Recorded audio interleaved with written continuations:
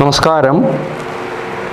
ബ്രഹ്മാനന്ദം പരമസുഗതം കേവലം ജ്ഞാനമൂർത്തിം ദ്വന്ദ്വാതീതം ഗഗനസദൃശ്യം തത്വമസ്യാദിലക്ഷ്യം ഏകം നിത്യം വിമലമജലം സർവദീ സാക്ഷിഭൂതം ഭാവാതീതം ത്രിഗുണരഹിതം സദ്ഗുരും ത്വം നമാമി.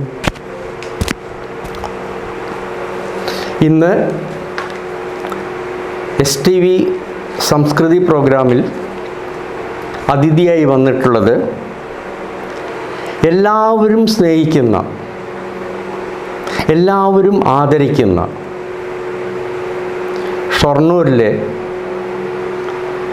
ഷൊർണൂരിൻ്റെ പ്രിയപുത്രനായിട്ടുള്ള ഡോക്ടർ CM നീലകണ്ഠൻ സാറാണ്. അദ്ദേഹം ജനിച്ചത് ഷൊർണൂർ പരുത്തിപ്ര പ്രദേശത്തുള്ള ചേത്തലമനയിലാണ്. അമ്മ ശ്രീമതി സാവിത്രി അന്തർജനം, അച്ഛൻ ശ്രീ വിഷ്ണു നമ്പൂതിരി. ഏതായാലും അവർ വളരെ സുഹൃതം ചെയ്തവരാണ്. അദ്ദേഹം വളരെയധികം പ്രതിഭയുള്ള, കഴിവുള്ള ഒരു വ്യക്തിത്വത്തിൻ്റെ ഉടമയാണ്. അപ്പോൾ നമുക്ക് ആദ്യമായിട്ട് അദ്ദേഹത്തിൻ്റെ കഴിവുകളിലേക്കൊന്ന് കടന്നു ചെല്ലാം. BA സംസ്കൃത സാഹിത്യം ഫസ്റ്റ് റാങ്കോടെ പാസ്സായി. MA സംസ്കൃത സാഹിത്യം ഫസ്റ്റ് റാങ്കോടെ. അത് Pattambi Sri Neelakanta government Sanskrit college. MPhil A ഗ്രേഡാണ്, കേരള സർവകലാശാല. PhD സംസ്കൃതം കോഴിക്കോട് സർവകലാശാല. 36 വർഷം അധ്യാപകനായി സേവനമനുഷ്ഠിച്ചു. ഡിഗ്രി ലെവലിലും PG ലെവലിലും MPhilലും PhD. 11 വർഷം റീഡറായിട്ട് സേവനമനുഷ്ഠിച്ചു. 6 വർഷം പ്രൊഫസറായിട്ട് സേവനമനുഷ്ഠിച്ചു. പിന്നെ 14 വർഷം കോർഡിനേറ്റർ, HOD അങ്ങനെയൊക്കെ ആയിട്ട്. കൊടുങ്ങല്ലൂർ കുഞ്ഞുകുട്ടൻ തമ്പുരാൻ ഗവൺമെൻറ് കോളേജ്, പട്ടാമ്പി ശ്രീ നീലകണ്ഠ സംസ്കൃതം കോളേജ്, കാലടി ശ്രീ ശങ്കരാചാര്യ സംസ്കൃത സർവകലാശാല, ഇവിടെ എല്ലാം സേവനമനുഷ്ഠിച്ചിട്ടുണ്ട്. കേരള കലാമണ്ഡലം കൽപ്പിത സർവകലാശാലയിൽ 3 വർഷം അക്കാഡമിക് ഡയറക്ടറായിട്ട് സേവനമനുഷ്ഠിച്ചിട്ടുണ്ട്. ഇനി ഇദ്ദേഹം ചെയ്ത സ്പെഷ്യലൈസേഷൻ മേഖലകൾ നമുക്കൊന്ന് വേഗം പറഞ്ഞു പോകാം. സംസ്കൃത സാഹിത്യ ലിറ്റററി ക്രിറ്റിസിസം, വേദിക് സ്റ്റഡീസ്, ധർമ്മശാസ്ത്രം, ശ്രുതി, സാൻസ്ക്രിറ്റ്, തിയേറ്റർ. ഇനി പല ബോർഡുകളിലും, എക്സാമിനേഷൻ ബോർഡുകളിൽ ചെയർമാനായിട്ട് ഇരുന്നിട്ടുണ്ട്, എക്സാമിനറായിട്ട് സേവനമനുഷ്ഠിച്ചിട്ടുണ്ട്. അത് ചെറുതായിട്ടൊന്ന് നമുക്ക് അതിലൂടെ പോകാം. കേരളത്തിലെയും കേന്ദ്രത്തിലെയും നിരവധി സർക്കാർ, അർദ്ധ സർക്കാർ സ്ഥാപനങ്ങളിൽ ചെയർമാൻ, ബോർഡ് മെമ്പർ എന്നീ നിലകളിൽ പ്രവർത്തിച്ചിട്ടുണ്ട്. കാലടി ശ്രീ ശങ്കരാചാര്യ സംസ്കൃത സർവകലാശാല, കാലിക്കറ്റ് സർവകലാശാല, കേരള സർവകലാശാല, മഹാത്മാഗാന്ധി സർവകലാശാല എന്നിവിടങ്ങളിൽ ബോർഡ് ഓഫ് എക്സാമിനേഷനിൽ ചെയർമാനായിട്ടും മെമ്പറായിട്ടും സേവനമനുഷ്ഠിച്ചിട്ടുണ്ട്. ഇപ്പോഴും വിദ്യാർത്ഥികൾക്ക് PhD, MPhil പഠനങ്ങൾക്ക് തക്കതായ മാർഗനിർദ്ദേശം നൽകിക്കൊണ്ട് അവരെ സഹായിച്ചുകൊണ്ടിരിക്കുന്നു. സംസ്കൃത സർവകലാശാലയ്ക്ക് വേണ്ടി കേരളത്തിലെ സാമവേദ പാരമ്പര്യം 95 മണിക്കൂർ ഡോക്യുമെൻ്റ് ചെയ്തിട്ടുണ്ട്. അതേപോലെ അന്താരാഷ്ട്ര പ്രാധാന്യമുള്ള അനേകം പ്രൊജക്റ്റുകൾക്ക് നേതൃത്വം നൽകിയിട്ടുണ്ട്. കലാ-സാംസ്കാരിക മണ്ഡലങ്ങളിലും ഇപ്പോഴും സജീവ സാന്നിധ്യമുണ്ട്. ചെണ്ടമേളത്തിൽ കഴിവ് തെളിയിച്ച കലാകാരനാണ്. പിന്നെയും കുറേ കലാപരമായ കഴിവുകളുണ്ട്. 30ഓളം ഗ്രന്ഥങ്ങൾ രചിച്ചിട്ടുണ്ട്, സംസ്കൃതത്തിലും മലയാളത്തിലും ഇംഗ്ലീഷിലും. അതിൽ വൈഷ്ണവം പ്രസിദ്ധീകരണം 13 എണ്ണമാണ്. ഇനി പല സെമിനാറുകളും ഗസ്റ്റ് ലെക്ചേഴ്സൊക്കെ സംഘടിപ്പിച്ചിട്ടുണ്ട്, 23 എണ്ണം. അതൊന്നും വിശദമായി പറയാൻ നമ്മുടെ സമയം അനുവദിക്കുന്നില്ല. ഏതായാലും membership in academic cultural bodies, അതൊന്ന് വേഗം പറഞ്ഞു പോവാം. Former coordinator and former HOD in charge, Kalady Sree Shankaracharya Sanskrit സർവകലാശാല. Former member of expert committee vedic chanting, member vedic chanting Thanjavur, member Krishnanattam sub committee Guruvayur, coordinator Samaveda documentation, secretary vedic research centre Vadakkemadham Brahmaswam Veda Pathasala Thrissur. ഇനി Kendra Sahitya Nataka academy മെമ്പറായിട്ട് പ്രവർത്തിച്ചിട്ടുണ്ട്. Expert committee member Indira Gandhi national centre for the arts New Delhi. നിരവധി ഇനിയുണ്ട്, സമയം അനുവദിക്കാത്തതുകൊണ്ട് ചുരുക്കുന്നു. ഇനി അദ്ദേഹത്തിന് ലഭിച്ച പാരിതോഷികങ്ങളും പുരസ്കാരവും ഒന്ന് വേഗത്തിൽ നമുക്ക് പറഞ്ഞു പോകാം. ഗോൾഡ് മെഡൽ നാരായണീയം അക്ഷരശ്ലോകം ഗുരുവായൂർ സംഘടിപ്പിച്ചത്.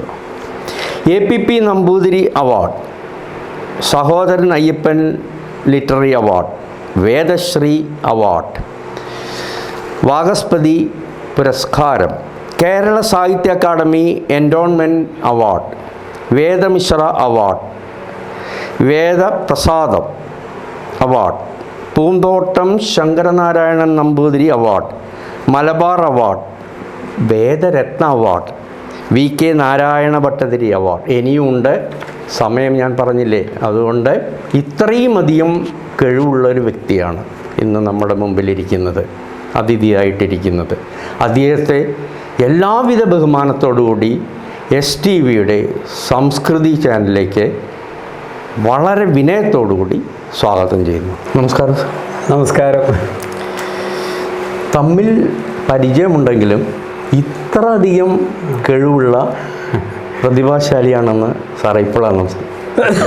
അതുകൊണ്ട് ഈ വൈകിയ വേളയിൽ ഞങ്ങളുടെ അഭിനന്ദനങ്ങൾ. നമസ്കാരം, സന്തോഷം. അങ്ങയുടെ ബാല്യകാലം, സ്കൂൾ വിദ്യാഭ്യാസം, അതിനെപ്പറ്റി ചുരുക്കത്തിലൊന്ന്.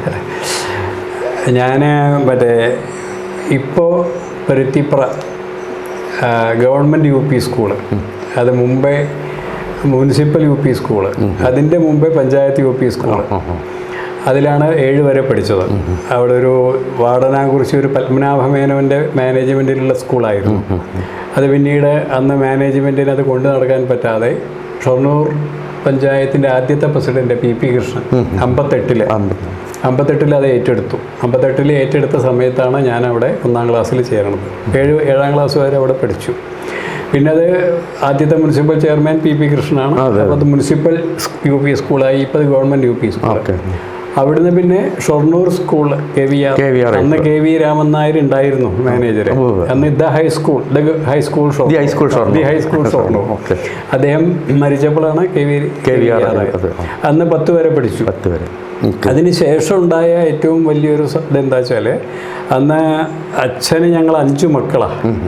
ഞാൻ രണ്ടാമത്തെ, എൻ്റെ ഒരു ചേച്ചി, ഞാൻ, അനീത്തി, പിന്നെ 2 അനിയന്മാർ. ഈ 5 മക്കളെയും കോളേജിൽ പഠിപ്പിക്കാനുള്ള സാഹചര്യം അച്ഛനില്ല. അന്ന് നമ്മളുടെയൊക്കെ ഒരു സമൂഹം അങ്ങനെ ദാരിദ്ര്യത്തിലും ബുദ്ധിമുട്ടിലുമാണ്. അച്ഛനൊരു അമ്പലത്തിൽ പൂജക്കാരൻ മാത്രമായിരുന്നു. അപ്പോഴാണ് പട്ടാമ്പി സംസ്കൃത കോളേജ് ആരംഭിച്ച് അതിൻ്റെ ആദ്യഘട്ടം, വളർച്ചയുടെ ഘട്ടമാണ്. അവിടെ സംസ്കൃതം പഠിച്ചാൽ ഹാഫി കൺസെഷനും സ്കോളർഷിപ്പ് 45 ഉറുപ്പിക മാസം കിട്ടും. അതാണ് ഒരു അട്രാക്ഷൻ. അപ്പം ഞങ്ങൾ, എൻ്റെ ഫാമിലിയിലത്തെ ആദ്യത്തെ 3 ആളും, ചേച്ചിയും ഞാനും അനീത്തിയും 1.5-2 വയസ്സിൻ്റെ വ്യത്യാസമേ ഉള്ളൂ. ഈ കോളേജ് ഉണ്ടാവുകൊണ്ടാണ് ഞങ്ങൾക്ക് കോളേജ് വിദ്യാഭ്യാസം അന്ന് കിട്ടിയത്. അല്ലെങ്കിൽ കോളേജിലേക്ക് പോകാനുള്ള സൗകര്യം ഉണ്ടായിരുന്നില്ല. അവിടെ MA വരെ പഠിച്ചു. MA വരെ പഠിച്ച് പറഞ്ഞിട്ടുണ്ടല്ലോ. പിന്നെ കേരള യൂണിവേഴ്സിറ്റി. സാറിന് അച്ഛൻ്റെ സ്വാധീനം നല്ലോണം ഉണ്ടായിട്ട്? അച്ഛൻ്റെ വളരെയധികം, ഈ നിലയിലെത്താൻ വളരെയധികം. അത് എടുത്തു പറയേണ്ട കാര്യമാണ്. അച്ഛൻ ഔപചാരിക വിദ്യാഭ്യാസം ഉണ്ടായിട്ടില്ല. അന്ന് നമ്പൂരിമാരോട് ട്യൂഷൻ, ബ്രഹ്മസംബടത്തിൽ പോയി വേദം പഠിക്കുക. അത് കഴിഞ്ഞിട്ട് പിന്നെ ഒന്നുമില്ല. അച്ഛനും അത് പഠിച്ചിട്ട് പിന്നെ ശാന്തിവൃത്തിയാണ് തുടങ്ങിയത്. പക്ഷേ അച്ഛൻ സ്വന്തം ഇൻട്രസ്റ്റ് കൊണ്ട് സ്കൂളിൻ്റെ പടി കണ്ടിട്ടില്ലെങ്കിലും സംസ്കൃതം, മലയാളം, ഹിന്ദി, ഇംഗ്ലീഷ് 4 ഭാഷയിലെ അന്നത്തെ കാലത്ത് ഈ ഒരു വലിയ MA വരെയുള്ള സ്കോളർഷിപ്പ് നേടി. നല്ല ആസ്വാദകനായി, നല്ല പണ്ഡിതനായി. അപ്പോൾ ഞങ്ങളെയൊക്കെ ആധുനിക വിദ്യാഭ്യാസം ചെയ്യിക്കാൻ അദ്ദേഹം വളരെ പ്രയാസപ്പെട്ടിട്ടാണെങ്കിലും ഒപ്പം സംസ്കൃതമൊക്കെ പഠിപ്പിച്ചു. അപ്പോൾ സാറിന് ഈ സംസ്കൃതത്തിൽ ഇത്രയും താല്പര്യം വരാൻ കാരണം അച്ഛൻ തന്നെയാണ്, യാതൊരു സംശയവുമില്ല. അമ്മയുടെ പങ്ക് എങ്ങനെയാണ്? അമ്മ വിദ്യാഭ്യാസം ഇല്ലെങ്കിലും നല്ല മനസ്സുള്ള ആളായിരുന്നു, നല്ല ഭാവനയും പ്രതിഭയുള്ള ആളായിരുന്നു, കവിതയൊക്കെ എഴുതും. പിന്നെ അമ്മയ്ക്ക് ഈ രാമായണം ഭാഗവതത്തിലൊക്കെ നല്ല അറിവുണ്ടാവും. അതിൻ്റെ ഒരു അമ്മ വഴി അതും സാറിനൊരു ഭയങ്കര പ്രേരണയാണ് അല്ലേ? ഓക്കെ. സാറിന് ഇങ്ങനെ ഗുരുവായിട്ട് ആരെങ്കിലും ഉണ്ടോ? ഐ മീൻ ആത്മീയ ഗുരു. ആത്മീയ ഗുരു എന്നുള്ളതിനെക്കാട്ടും സംസ്കൃതത്തിലുള്ള ഗുരുക്കന്മാരാണ് പ്രധാനമായിട്ട്. ആത്മീയത എന്ന് ഞാൻ നേരിട്ട് ആത്മീയതയിലേക്ക് ഇല്ലെങ്കിലും ഞാൻ പിന്നീട് പഠിച്ച വേദങ്ങളും ഉപനിഷത്തുക്കളും എൻ്റെ ഫീൽഡ് അതാണല്ലോ, അതിലൂടെ ആത്മീയതയിലേക്കും ഞാൻ ഇൻട്രസ്റ്റ് ആയി. സംസ്കൃതം നന്നായിട്ട് പഠിപ്പിച്ച ഒരുപാട് ഗുരുനാഥന്മാരുണ്ട്. അതിലേറ്റവും പ്രധാനപ്പെട്ട ഒരാൾ വെങ്കടരാജ ശർമ്മ, തിരുവനന്തപുരത്താണ്, ഇപ്പം ഇല്ല. പിന്നെ ഇവിടെ ലക്കിടി പണ്ഡിതരാജൻ കലക്കത്ത് ഗോവിന്ദൻ നമ്പ്യാർ, അദ്ദേഹത്തിൻ്റെ അടുത്ത് ഞാൻ പ്രൈവറ്റായിട്ട് കുറേ പഠിച്ചിട്ടുണ്ട്. അവരിൽ നിന്നാണ് സംസ്കൃതത്തിൻ്റെ ഉപരിപാഠങ്ങൾ പഠിച്ചിട്ടുള്ളത്. എന്തായാലും അവരെയൊക്കെ നമുക്ക് ഈ അവസരത്തിലൊന്ന് നമിക്കാം. തീർച്ചയായിട്ടും ഗുരുനാഥന്മാരുടെ അനുഗ്രഹം കാരണവന്മാരുടെ കാരണവരെന്ന നിലയ്ക്കും ഗുരുനാഥൻ എന്ന നിലയ്ക്കും. അതെ അതെ. ഇനി സാറിൻ്റെ ഈ റിസർച്ച് PhD പ്രധാന വിഷയം ഏതായിരുന്നു? എൻ്റെ PhD എൻ്റെ ഇപ്പോൾ ഇവിടെ ഇൻട്രൊഡ്യൂസ് ചെയ്തപ്പോൾ പറഞ്ഞ 5-6 സ്പെഷ്യലൈസേഷൻസിൽ ഒന്ന് മാൻസ്ക്രിപ്റ്റ് സ്പെഷ്യലൈസേഷനാണ്. എന്നുവെച്ചാൽ താളിയോല ഗ്രന്ഥ ഗവേഷണം. അതിലേക്ക് ഞാൻ ഇൻട്രൊഡ്യൂസ് ചെയ്യാൻ കാരണം, ഞാൻ MPhil തിരുവനന്തപുരത്ത് കഴിഞ്ഞ സമയത്ത് പൂനെയിലുള്ള ഒരു വലിയ പ്രൊഫസർ അശോക് അക്ലുച്കർ, അദ്ദേഹം കാനഡയിലെ ബ്രിട്ടീഷ് കൊളംബിയ യൂണിവേഴ്സിറ്റിയിലെ പ്രൊഫസറായിരുന്നു. അദ്ദേഹം അന്ന് കേരള യൂണിവേഴ്സിറ്റിയിലത്തെ ഹസ്തലിഖിത ഗ്രന്ഥശേഖരം ലോകം മുഴുവൻ ശ്രദ്ധിക്കുന്നതാണ്. അപ്പോൾ ഇദ്ദേഹം ഇന്ത്യയിൽ നിന്ന് പോയി അവിടെ സെറ്റിൽ ചെയ്ത ആളാണ്. അപ്പോൾ അദ്ദേഹത്തിന് അത് കൂടുതൽ അറിയാം. അദ്ദേഹം തിരുവനന്തപുരത്ത് വന്ന അദ്ദേഹത്തിൻ്റെ വാക്യപതീയത്തിലെ ഒരു അപൂർവ ഹസ്തലിഖിത ഗ്രന്ഥം കണ്ടുപിടിക്കാൻ വേണ്ടി അത് കേരളത്തിൽ അതിൻ്റെ മാൻസ്ക്രിപ്റ്റ് ഉണ്ട് എന്ന് ഒറ്റപ്പാലം മായനൂര് മുണ്ടനാട്ട് മന എന്ന് രേഖപ്പെടുത്തിയിട്ടുണ്ട്. അത് ഈ താളിയോല ഗ്രന്ഥങ്ങളൊക്കെ എവിടുന്ന് ശേഖരിക്കുന്ന കിട്ടും? താളിയോല ഗ്രന്ഥങ്ങൾ അതൊക്കെ ഒരു ഇത് നാമാവശേഷം അതൊന്നുമില്ല, അതൊക്കെ തെറ്റിദ്ധാരണയാണ്. താളിയോല ഗ്രന്ഥങ്ങൾ ഒന്നും കുറേ നാമാവശേഷമായിട്ടുണ്ട്. പക്ഷെ ഇപ്പോഴും എത്രയോ താളിയോല ഗ്രന്ഥങ്ങൾ നമ്മുടെ എല്ലാം തറവാടുകളിലുണ്ട്, നമ്മൾ ശ്രദ്ധിക്കണില്ല എന്നുള്ളൂ. അത് ശരിയാണ്. അത് ശേഖരിച്ച് സൂക്ഷിച്ച് അത് പഠിച്ച് നമ്മൾ മുന്നോട്ട് കൊണ്ടുപോകണം. ഇപ്പോൾ തൃശ്ശൂർ ബ്രഹ്മസമ്മേളനത്തിലൊരു വലിയ പ്രോജക്റ്റ് നടക്കുന്നുണ്ട് 5 കൊല്ലമായിട്ട്. അവിടുത്തെ 3 മഠങ്ങളിൽ 800ഓളം താളിയോല ഗ്രന്ഥങ്ങൾ ഞങ്ങൾ ഡിജിറ്റൈസ് ചെയ്തു. പിന്നെ സാറിൻ്റെ രണ്ടാമത്തത് ഞാൻ വായിച്ചതിൽ നിന്ന് ഓർമ്മിച്ചെടുക്കുകയാണ്, ഉപനിഷത്ത് വേദാന്തം. റിസർച്ചിൽ വന്നത് അല്ലേ? അതെ അതെ. അപ്പം അങ്ങനെ 5 ഇതായിട്ടാണത്. അതെ അതെ. ഉപനിഷത്തും വേദവും ഒക്കെ എൻ്റെ ഫീൽഡാണ്. കാരണം കേരളത്തിൽ ആദ്യമായിട്ട് സംസ്കൃത സർവകലാശാലയാണ് വേദിക് സ്റ്റഡീസിൽ MA തുടങ്ങിയത്, ഡിപ്പാർട്ട്മെൻറ്റും. അത് ഞാൻ അവിടെ ചെന്നതിൻ്റെ ശേഷമാണ്. അപ്പോൾ സൗത്ത് ഇന്ത്യയിൽ തന്നെ ആദ്യം MA വേദിക് സ്റ്റഡീസ് ഒരു യൂണിവേഴ്സിറ്റിയിൽ പ്ലേസ് ചെയ്യണത്. അപ്പോൾ സാറാണ് അതിന് വഴി തെളിയിച്ചത് കംപ്ലീറ്റ്. ഞാൻ അതിൻ്റെ ഹെഡായിട്ട് ഞാനത് ഡിസൈൻ ചെയ്തത്. അപ്പോൾ എന്താ വെച്ചാൽ അത് സാധാരണ വേദം എന്ന് പറഞ്ഞാൽ മതം, ആചാരം, വിശ്വാസം, റിച്വൽ, റിലിജിയൻ, ബിലീഫ് ഓറിയന്റഡ് ആണ്. അതിനെ ഒരു അക്കാഡമിക് ലെവലിൽ കൊണ്ടുവന്നിട്ട് സെക്കുലർ ആയിട്ടും അക്കാഡമിക് ലെവലിലും റിസർച്ച് ലെവലിലും അറിവിൻ്റെ ലെവലിൽ ഷിഫ്റ്റ് ചെയ്ത് പ്ലേസ് ചെയ്തു. അത് വളരെ നല്ല കാര്യം. ഇപ്പോൾ സാറിൻ്റെ എന്ന് എനിക്ക് മനസ്സിലായി, സെക്കുലറാക്കി. സംശയം എന്താ? പണ്ട് അതാണ് വേണ്ടതും. അതല്ലാതെ അപ്പോൾ അതിലും സാറിന് ഒരു സജീവ പങ്കാളിത്തം ഉണ്ടായിരുന്നു. അത് ഒരു 30 കൊല്ലമായിട്ട് ഞാൻ വർക്ക് ചെയ്യുന്ന ഒരു ഫീൽഡാണ് വേദിക് സ്റ്റഡീസിൻ്റെ. വള്ളത്തോളാണ് തുടങ്ങിയത്. അല്ല സാർ, ഇത് ഈ സെക്കുലറിസം അതിൽ സാറ് എന്താ വളരെയധികം അഭിനന്ദനം അറിയിക്കുന്നു. കാരണം പണ്ട് അത് ഒരുപാട് ആൾക്കാരൊക്കെ മാത്രം എന്നൊരു എങ്ങനെയോ ഒരു വിശ്വാസം വന്നു. ഇപ്പൊ തിരുത്തി എഴുതാൻ കഴിഞ്ഞാൽ വളരെ വിശ്വാസം, അത് വളരെ നല്ല കാര്യമാണ്. ഇനി സാറ് 30ഓളം പുസ്തകങ്ങൾ എഴുതിയിട്ടുണ്ട്, ഇംഗ്ലീഷിലും മലയാളത്തിലും സംസ്കൃതത്തിലും. ആ പുസ്തകങ്ങൾ മുഴുവൻ ഇന്നിപ്പോൾ നമുക്ക് സമയം വളരെ ചുരുക്കമാണ്, ഇവിടെ നമുക്കത് ചർച്ച ചെയ്യാൻ സമയമില്ല. എന്നാലും 4-5 പുസ്തകം ഞാൻ പറഞ്ഞു പോകാം. വേദവികാരം, ശ്രുതി സൗരഭം, ഗുരുപ്രണാമം, കംപ്ലീറ്റ് വർക്ക്സ് ഓഫ് ശങ്കരാചാര്യൻ. അപ്പോൾ ഈ കംപ്ലീറ്റ് ശങ്കരാചാര്യരുടെ എല്ലാ ഇതും സാർ എഴുതിയിട്ടുണ്ട്. അപ്പം നല്ലൊരു ഹെർക്കൂലിയൻ ടാസ്ക് തന്നെ. ശങ്കരാചാര്യരുടെ കംപ്ലീറ്റ് വർക്ക് എഴുതല്ല.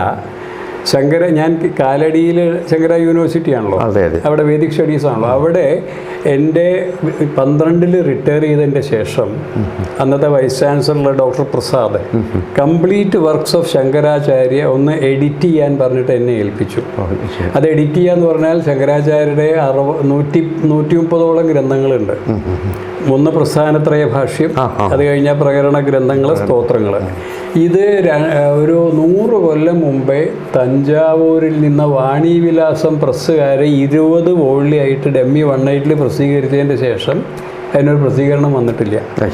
അതിൻ്റെ ഒരു പുതിയ എഡിഷനാണ് 2 കൊല്ലം കൊണ്ട് നമ്മളവിടുന്ന് ഇറക്കിയത്. വലിയൊരു വർക്കായിരുന്നു അത്. 5 വോള്യത്തിൽ അത് കാലടി യൂണിവേഴ്സിറ്റിയിൽ ഇപ്പോഴും ഉണ്ട്. അപ്പോൾ അതൊരു എന്താ പറയുക, ഗ്രേറ്റ് അച്ചീവ്മെന്റ്. അതൊരു വലിയൊരു നേട്ടം തന്നെ. 2 കൊല്ലം കൊണ്ട് ആ പണി കഴിയുന്നത് ഞാൻ തന്നെ വിചാരിച്ചിട്ടില്ല. നമ്മൾ കഠിന പ്രയത്നം ചെയ്താലും മുകളിൽ നിന്നൊരു സ്ട്രെങ്ത് വരണമല്ലോ. അതെ അതെ. ഞാൻ സാറിൻ്റെ വേദവിചാരത്തിൽ സുകുമാർ അഴീക്കോട് എഴുതിയൊരു അവതാരിക, ഇത് വളരെയധികം വേദങ്ങളുടെ മുഴുവൻ തത്വങ്ങൾ അടങ്ങിയ മാതിരി എനിക്ക് തോന്നി. ഇതാണ് സാർ, ഏകമായ സത്യത്തെ മുൻനിർത്തിയിട്ടുള്ളതാണ് വേദദർശനം. വേദത്തിൻ്റെ അഗാധതയിൽ നിന്ന് നമ്മുടെ ബുദ്ധി ധ്യാനത്തിലൂടെ സാക്ഷാത്കരിക്കേണ്ട അവബോധമാണ്. ഇതിപ്പോൾ വേദം പഠിച്ച കുറുക്കിയിട്ടുള്ള എസൻസ് മുഴുവൻ ഇതിൽ വന്നു. തീർച്ചയായിട്ടും വന്നു. ഇനി ഏറ്റവും ആകർഷിച്ചത് മഹാകവി അക്കിത്തത്തിൻ്റെ അദ്ദേഹത്തിൻ്റെ കേരളീയ വേദ പാരമ്പര്യം. അത് സാറിൻ്റെ കൃതിയാണല്ലോ. അതെ. അതിൽ ഋഗ്വേദത്തിലെ സൂക്തം എഴുതി കണ്ടു, അവസാന സൂക്തം. എനിക്ക് സംസ്കൃതം അറിയില്ല, അതുകൊണ്ട് ചൊല്ലാൻ അറിയില്ല. എൻ്റെ നിങ്ങളുടെ സങ്കല്പം ഒരുപോലെ ആയിരിക്കട്ടെ, നിങ്ങളുടെ ഹൃദയങ്ങൾ ഒരുപോലെയായിരിക്കട്ടെ. എപ്രകാരമായാൽ നിങ്ങൾക്ക് ഒരുമിച്ച് കഴിയാൻ പറ്റുമോ അപ്രകാരമായി തീരട്ടെ നിങ്ങളുടെ മനസ്സും. വളരെ ദാർശനികത മുഴുവൻ ഉൾക്കൊണ്ടതാണ്. ഇത് വളരെയധികം ആകർഷിച്ചു. ഇതിൽ എന്താ പ്രശ്നം എന്ന് വെച്ചാൽ, വേദങ്ങളെ ഒന്നും നമ്മൾ ഇന്നും കൃത്യമായിട്ട് അറിയുന്നില്ല. പക്ഷേ മലയാളത്തിൽ ഇപ്പോൾ ഋഗ്വേദം നന്നായിട്ട് മനസ്സിലാക്കാൻ വേണ്ടി വള്ളത്തോണ്ട് തർജ്ജമ 58 വന്നു. അത് കുറച്ച് അദ്ദേഹത്തിൻ്റെ ആദ്യത്തെ വർക്കായതുകൊണ്ട് അത് കഴിഞ്ഞിട്ട് OMCയുടെ ഋഗ്വേദ ഭാഷ 8 വോള്യം വന്നു. കൃത്യമായിട്ട് അതിൽ മന്ത്രം, അതിൻ്റെ അന്വയം, അർത്ഥം എഴുതിയിട്ടുണ്ട്. അതാരും അങ്ങനെയുള്ള പുസ്തകങ്ങൾ വായിക്കുന്നില്ല. പിന്നെ ഒരു 30 കൊല്ലമായിട്ട് കടവല്ലൂർ അന്യോന്യം എന്ന പ്രസിദ്ധ വേദപരീക്ഷയുടെ ഭാഗമായിട്ട് വലിയ സെമിനാറുകളും വർക്ക്ഷോപ്പുകളും അതിൻ്റെ കോർഡിനേറ്റർ വീഡിയോ ഞാൻ കണ്ടു. ഞാൻ അതിൻ്റെ കോർഡിനേറ്റർ ഞാനാണ്. 30 കൊല്ലമായിട്ട് എൻ്റെ ഒരു സുഹൃത്ത് എൻ്റെ ഒപ്പം കാലടിയിലുണ്ടായിരുന്നു. ഇപ്പം അവിടെ വേദിക്കിൻ്റെ ഹെഡ് രവീന്ദ്ര മാഷ്. അതിലത്തെ ഒരു പുസ്തകമാണ്, ആദ്യത്തെ പുസ്തകമാണ് വേദവിചാരം. അത് ശരി. അതിൻ്റെ സെമിനാർ പ്രൊസീഡിങ്സിൻ്റെ ഒരു 10-15 പുസ്തകം വന്നിട്ടുണ്ട്. പിന്നെ പഞ്ചാംഗം പുസ്തകശാലയിൽ ഞാൻ അതിൻ്റെ എഡിറ്റോറിയൽ ബോർഡിലായിട്ട് ഓരോ വേദങ്ങളെക്കുറിച്ചും 200-250 പേജിൽ ബ്യൂട്ടിഫുൾ ബുക്സ് വന്നിട്ടുണ്ട്. വളരെ റീസണബിളായി, ഫെയ്ത്ത്ഫുള്ളായിട്ടുള്ളത്. അപ്പോൾ പുസ്തകങ്ങൾ ഇഷ്ടം പോലെയുണ്ട്. അതെ അതെ. അപ്പോൾ നമ്മളിതൊന്നും വായിക്കാനുള്ള, കണ്ടെത്താനും വായിക്കാനുള്ള ക്ഷമയും ഒരു മനസ്സില്ല. അപ്പോൾ സാറിൻ്റെ ഈ 30 പുസ്തകങ്ങൾ ഇവിടെ ചർച്ച ചെയ്യാച്ചാൽ എത്രയോ എപ്പിസോഡ് കൊണ്ടുവരും.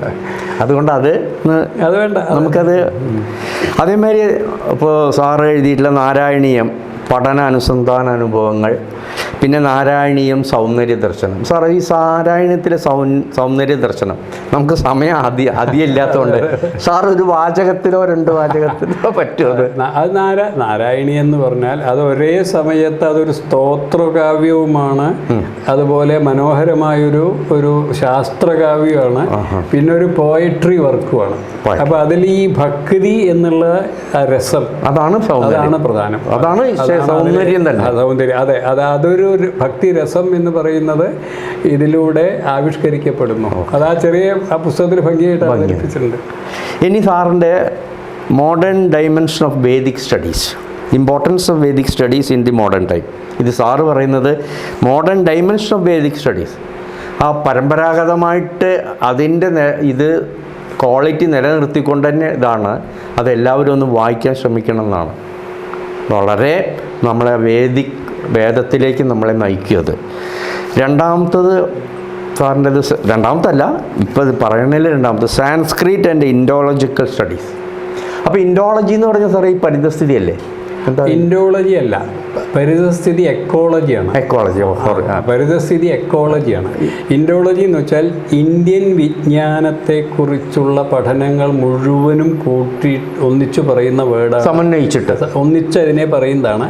അത് യൂറോപ്യൻസ് ഉണ്ടാക്കിയ വേർഡാണ്, പക്ഷേ അതിന് അർത്ഥമുണ്ട്. കാരണം ഇന്ത്യയിൽ ഉണ്ടായിട്ടുള്ള സംസ്കൃതം, പ്രാകൃതം, ബുദ്ധിസം, ജൈനിസം, വേദിക്, സാൻസ്ക്രിറ്റ് ഇതെല്ലാം ഇതിൽ ഉൾക്കൊള്ളും, എല്ലാം കൂടി ഇൻഡോളജി. Great science. അതെ, എല്ലാറ്റിൻ്റെയും ലിറ്ററേച്ചറും നോളേജുകളും മുഴുവൻ അവർ വളരെ അത്ഭുതത്തോടും ആദരത്തോടും കൂടി അന്ന് തുടങ്ങിയ പഠനമാണല്ലോ. അത് ആ പയനീഴ്സ് അവരാണ്. അന്ന് അവർ പേരിട്ടതാണ് ഇൻഡോളജി. അത് വലിയ മാറ്റേണ്ട കാര്യമൊന്നുമില്ല, കാരണം ഇന്ത്യക്ക് അത്രയും ഒരു ഐഡൻറ്റിറ്റി ഉണ്ട് അറിവിൻ്റെ അതിൽ. അപ്പോൾ Sanskrit and Indological studies new perspectives, അത് ഏറ്റവും ലേറ്റസ്റ്റ് പുസ്തകമാണ്. 600 പേജിൻ്റെ അടുത്തുണ്ട്. അതെൻ്റെ ഒരു 30 കൊല്ലത്തെ ഇതിൻ്റെ ഗവേഷണത്തിൽ, 30 കൊല്ലത്തെ എൻ്റെ ഗവേഷണ പരിചയത്തിൽ വന്ന ഈ വിഷയങ്ങളെക്കുറിച്ചുള്ള ഇംഗ്ലീഷ് ലേഖനങ്ങൾ സമാഹരിച്ച് എഡിറ്റ് ചെയ്തതാണ്. സാറിന് അതൊന്ന് മലയാളത്തിൽ വെച്ചിതൂടെ? ഈ മലയാളത്തിലെ അതിന്റെ കുറേ ഇത് ചെറിയ മോണോഗ്രാഫുകളായിട്ട് വന്നിട്ടുണ്ട്.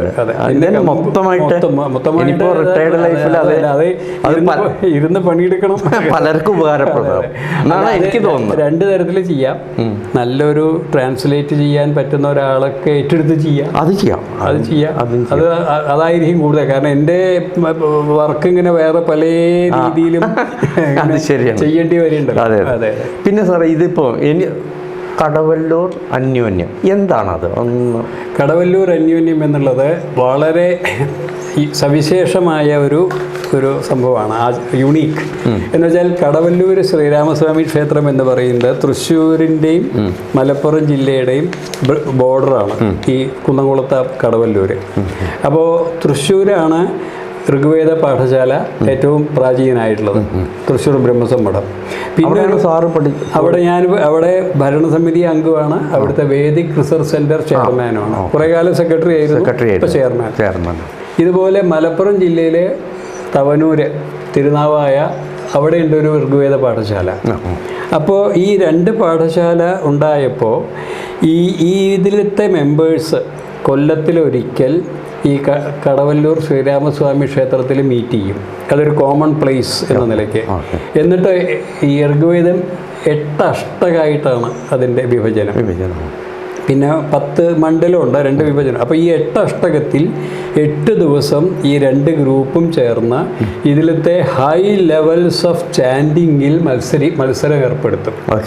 അപ്പോൾ ആദ്യത്തെ ഒരു ഗ്രൂപ്പ് 1ാമത്തെ അഷ്ടകം, അപ്പോൾ മറ്റേ ഗ്രൂപ്പ് ചോദ്യം ചോദിക്കും ആദ്യത്തെ ദിവസം. എന്നുവെച്ചാൽ 10,000 മന്ത്രങ്ങളാണ് ഋഗ്വേദത്തിൽ, 10,000-ത്തിലധികം.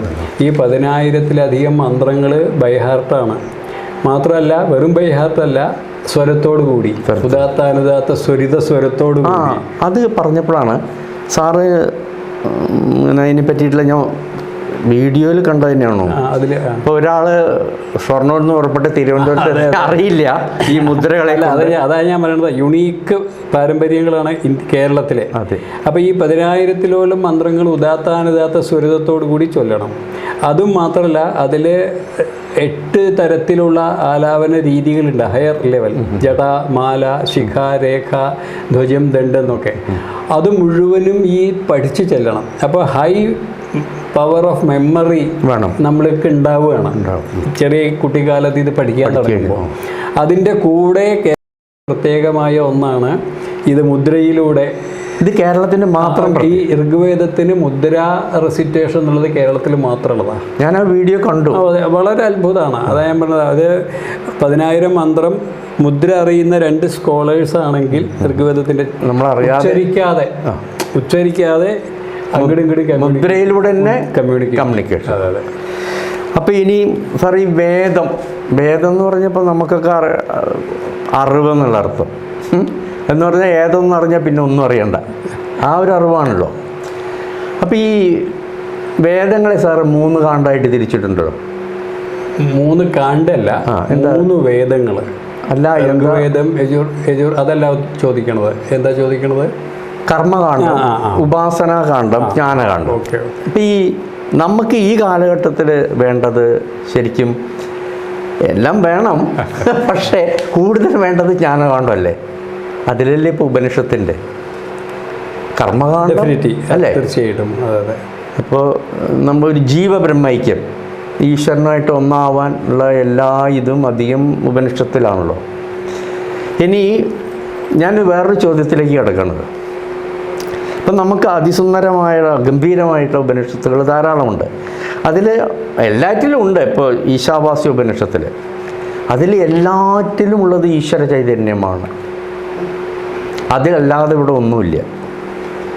ആ ഒരു നിലയ്ക്ക് പിന്നെ എന്തുകൊണ്ട് പിൽക്കാലത്ത് ഇങ്ങനൊരു ഇത് വന്നു സാറേ? ഈ ശൂദ്രന് വേദം പഠിക്കാൻ പാടില്ല, കാരണം ശൂദ്രൻ്റെ ഉള്ളിലുള്ളത് ആ ബ്രഹ്മചൈതന്യം തന്നെയാണല്ലോ.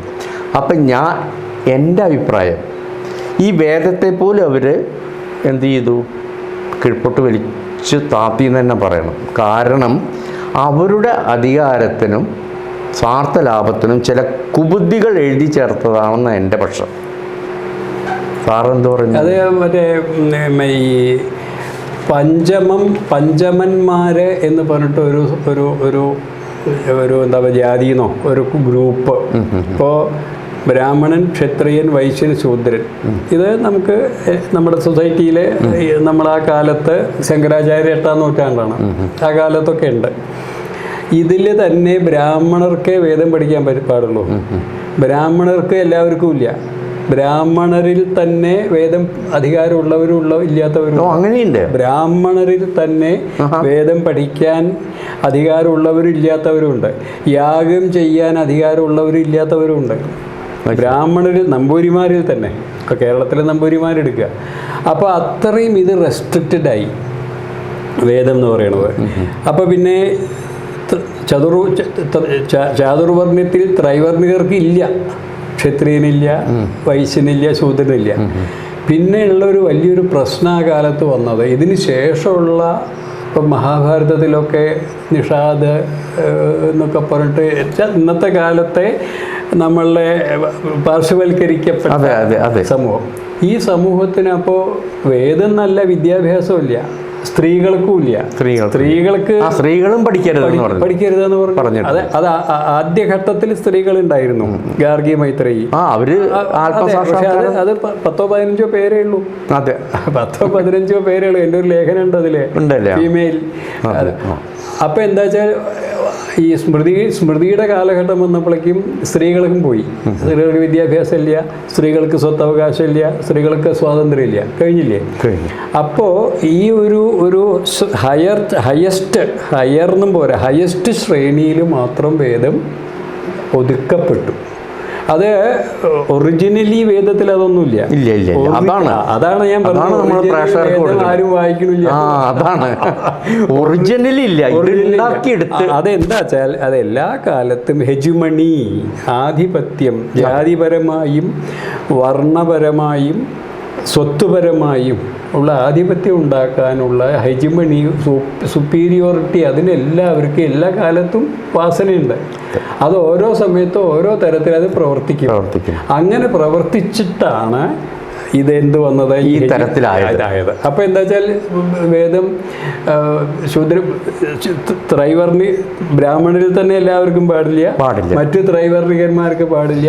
പിന്നെ ഏറ്റവും വലിയൊരു ലാർജ് സൊസൈറ്റി ഇതിൽ പരാമർശയില്ല. അതാണ് ഇന്നത്തെ കാലത്ത് ഉപനിഷത്ത് പഠനങ്ങൾക്കും അല്ലെങ്കിൽ ആത്മീയത അല്ലെങ്കിൽ സ്പിരിച്വലിസം, അധ്യാത്മം എന്ന ആ സംഭവത്തിന് 3 ഘട്ടമുണ്ട്. ഒന്ന് ശങ്കരാചാര്യരുടെ അധ്യാത്മം എന്ന് പറഞ്ഞാൽ നമ്മളിൽ തന്നെയുള്ള എനർജിയെ കണ്ടെത്തുക. അഹം ബ്രഹ്മാസ്മി. അത് ഈശ്വരൻ എന്ന് അദ്ദേഹം പറയുന്നത് വേറൊരു ലെവലിലുള്ള ആൾക്ക് വേണ്ടി, ഹയസ്റ്റ് ലെവലിലുള്ള ആൾക്ക് വേണ്ടി നമ്മുടെ തന്നെ എനർജിയാണ്. ഈ പ്രപഞ്ചത്തിൻ്റെ ഊർജം, ശക്തി, താളമേള സംഗീതങ്ങൾ നമ്മളിൽ ഉണ്ട്. അത് റിയലൈസ് ചെയ്യാം. ഇങ്ങനെ ഉള്ളതാണ് ശങ്കരാചാര്യരെ അദ്വൈതം, അധ്യാത്മം. പിന്നെ കുറച്ചുകൂടി താണ ലെവലിലുള്ളവർക്ക് ഈശ്വരൻ, അതെ അതെ, ഈശ്വരൻ, ക്ഷേത്രം എന്ന് പറഞ്ഞാൽ അദ്വൈതം. ഇല്ല, അതെ, അത് അദ്വൈതം ഇല്ല, ദ്വൈതം വന്നു. ഞാനും ഈശ്വരനും വേറെ വേറെ. അതെ, അവിടെ ക്ഷേത്രം, അവിടെ പോവുക, അവിടെ പൂജിക്കുക, അവിടെ ആരാധിക്കുക. അപ്പം എന്തായി, വേറെയായി. എന്നിട്ട് അവസാനം സായുജ്യം എന്നൊക്കെ പറഞ്ഞാലും എല്ലാ ലെവലിലും ഇത് വേറെയാണ്. ലാസ്റ്റ് ഒരു ഇതേ ഉള്ളൂ.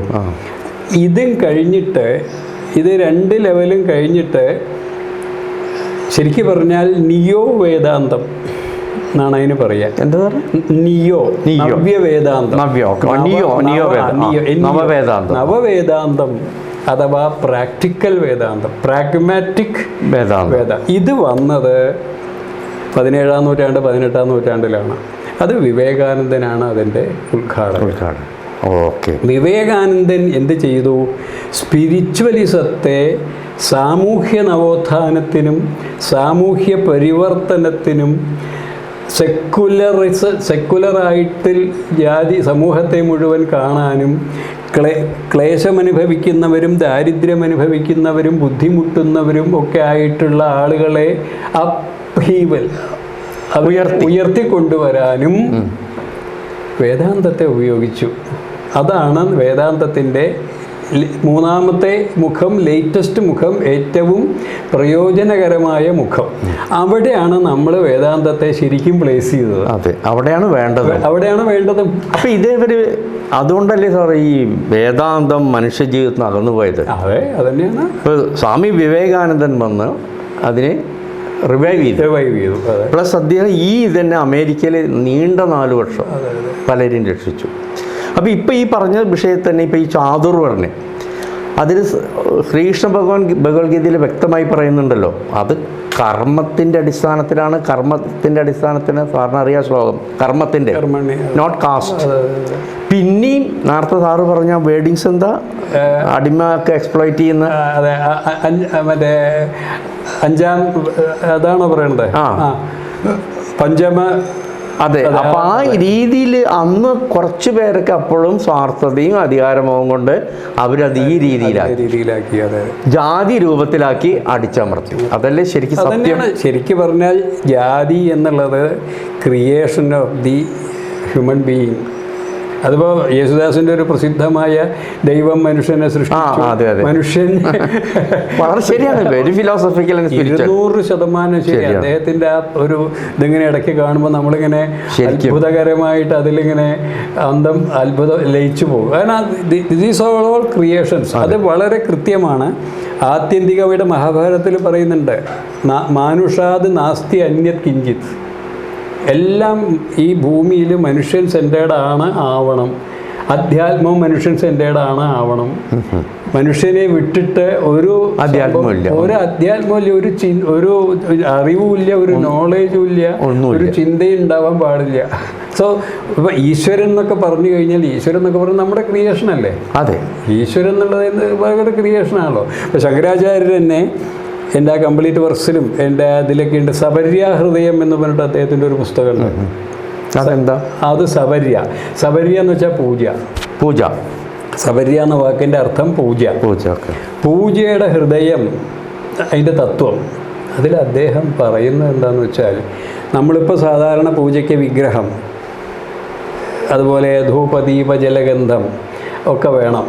എന്നിട്ട് നമ്മൾ വിഗ്രഹത്തിൽ നിന്ന് നമ്മൾ നിവേദ്യം, ധൂപദീപ ജലഗന്ധ പുഷ്പങ്ങളെ കൊണ്ട് പൂജിക്കണു. അദ്ദേഹം പറയണതെന്ന് വെച്ചാൽ ഇതൊന്നും ആവശ്യമില്ല.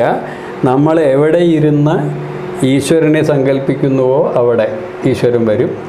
ഇത് മുഴുവൻ പ്രതീകാത്മകമായിട്ട് നമുക്ക് ചെയ്യാവുന്നതേ ഉള്ളൂ, ധൂപദീപ ജലഗന്ധ പുഷ്പം. അപ്പോൾ ആത്യന്തികമായിട്ട് സബര്യ പൂജ എന്ന് പറഞ്ഞാൽ നമ്മളുടെ ഉള്ളിലെ എനർജിയെ കൺസീവ് ചെയ്ത് അതിനെ സ്ട്രെങ്തൻ ചെയ്യലാണ്. അതാണല്ലോ വേദത്തിൽ മുഴുവൻ പറഞ്ഞിരിക്കുന്നത്. അതെ, സാറിപ്പോൾ ഈ പറഞ്ഞപ്പോൾ ശ്രീ ശങ്കരാചാര്യനെ പറഞ്ഞിട്ടില്ലേ, ഞാൻ 3 തെറ്റുകൾ ചെയ്തു, അതിലൊരു തെറ്റാണ് അനന്തമായ ആ വിശ്വചൈതന്യത്തെ ഒരു രൂപവിവർജിതോ. അതാ, രൂപമില്ലാത്ത അങ്ങക്ക് രൂപമുണ്ട് എന്ന് ഞാൻ കൽപ്പിച്ച് എഴുതി. അപ്പോൾ ഇത് ജനങ്ങളുടെ ഇടയിൽ ഇപ്പോൾ ഡിസ്കസ് ചെയ്ത് വരണം. കാരണം വളരെയേറെ തെറ്റിദ്ധരിക്കപ്പെട്ടിരിക്കുകയാണ് വേദങ്ങളും ഉപനിഷത്തൊക്കെ. കാരണം വേദത്തിന് അങ്ങനെ ഒരിക്കലും പറയാൻ പറ്റില്ല. വേദത്തിൻ്റെ മുമ്പിൽ എങ്ങനെ പറയാൻ പറ്റും എല്ലാ ചൈതന്യമാണെങ്കിൽ? അപ്പോൾ ഈ തെറ്റിദ്ധാരണ മാറിയേ പറ്റൂ. അതിന് വേറെ വഴിയൊന്നുമില്ല. പുസ്തകങ്ങൾ, ഒറിജിനൽ പുസ്തകങ്ങൾ വായിക്കണം. അതെ, കറക്റ്റ്. ആ നോളജ് നമ്മൾ ഉണ്ടാക്കണം. സാറേ പോലെയോ നമ്മളെ പോലെയുള്ളവരുടെ ഒരു ലൈഫ് മിഷൻ ആവണത് ഒറിജിനൽ പുസ്തകങ്ങൾ വായിക്കുക, ഒറിജിനൽ ഐഡിയാസ് നമ്മൾ ആളുകൾക്ക് പറഞ്ഞു കൊടുക്കുക. അപ്പോൾ അത് ആളുകളായി റിയൽ ഇപ്പോൾ വേദം തന്നെ, വേദം 8 അഷ്ടകം എന്ന് പറഞ്ഞു, അല്ലെങ്കിൽ 10 മണ്ഡലം, 10,000 മന്ത്രം. ഇതിൽ മുഴുവനും അധ്യാത്മമൊന്നുമല്ല. അല്ലല്ല, വേദം വായിച്ച it is A secular text of that period. അതേ കാലഘട്ടത്തിൽ അന്നത്തെ എല്ലാ ലൈഫും അതിൽ റിഫ്ലക്ട് ചെയ്യുന്നു. അതിൽ രഥകാരുണ്ട്, മറ്റേ കുംഭകാരുണ്ട്, എല്ലാവരും ഉണ്ട്. അതിൻ്റെ കൂടെ ഋഷിമാരും ഉണ്ട്. ഈ ഋഷിമാരും സൂപ്പർ ഹ്യൂമൻ ഒന്നുമല്ല. കണ്ടുപിടിക്കും, സുരാപാനം ചെയ്യും, അങ്ങോട്ട് ശത്രുക്കളാണ് പലപ്പോഴും.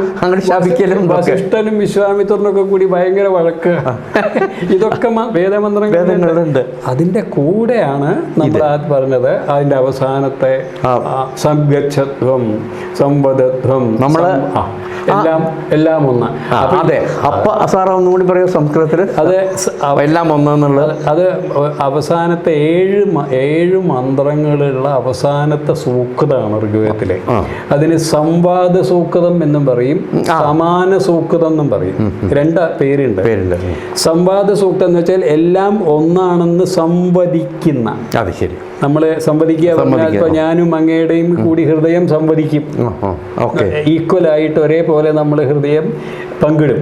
അതിനാണ് സംവദിക്കുക. അപ്പൊ വേദം ഇങ്ങനെ സിംഹം ഗർജനന്മാരി നടത്തുകയാണ്, എല്ലാം ഒന്ന്, എല്ലാ ചൈതന്യം ഒന്ന്.